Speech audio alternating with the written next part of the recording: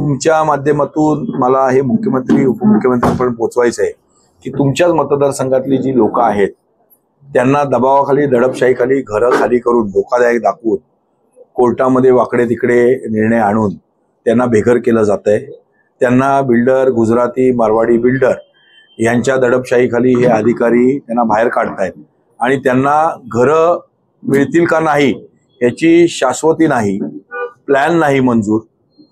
महानगरपालिकेला कोणताही अधिकार अधिकृत इमारती तोडण्याचा नाही आहे, धोकादायक जरी असले तरी त्या सील करण्याचा अधिकार आहे। त्यांचं कर्तव्य सील करण्यापुरती आहे, पाणी आणि लाईट कापण्यापुरती आहे।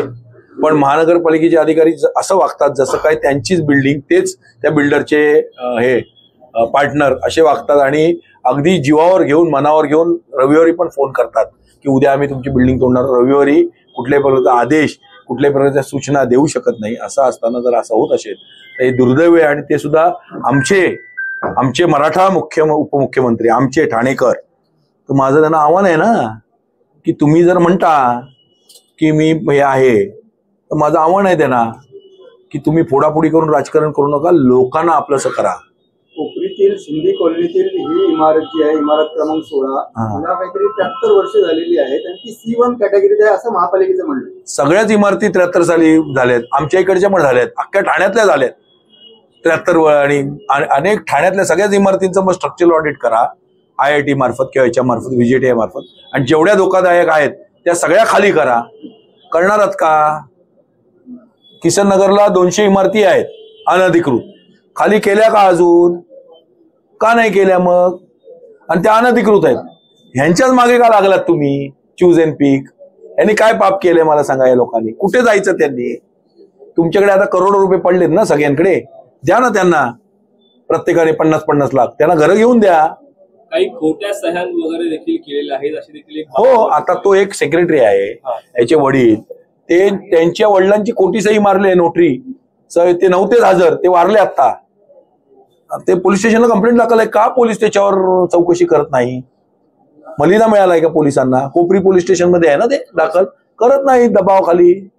राजरोसपणे गुंडगिरी चालू आहे इकडे, कायद्याची पायमल्ली झाली आहे, न्यायालय विकली जात आहेत, न्यायालय खरेदी केली जात आहेत, लोकांना त्रास दिला जातोय। आधीच लोक परेशान आहेत, भ्रष्टाचार, महागाई, GST, त्याच्यात आता लोकांची घरं बघा ना, याच्यात सगळेच जातीचे लोक आहेत, याच्यात सिंधी आहेत, गुजराती आहेत, मारवाडी आहेत, मराठी आहेत, सगळीच आहेत। मी मराठी म्हटलंय, मराठी टक्का, महाराष्ट्रात राहणारा मराठी टक्का। तुम्ही काय त्या गुजरातवरनं आणणारा लोक राहिला बिल्डिंग बांधायला? तुम्ही 2 BHK 3 BHK काढले, या लोकांनी जायचं कुठे? यांना यांची घरं द्यावी हीच काँग्रेसची मागणी आहे।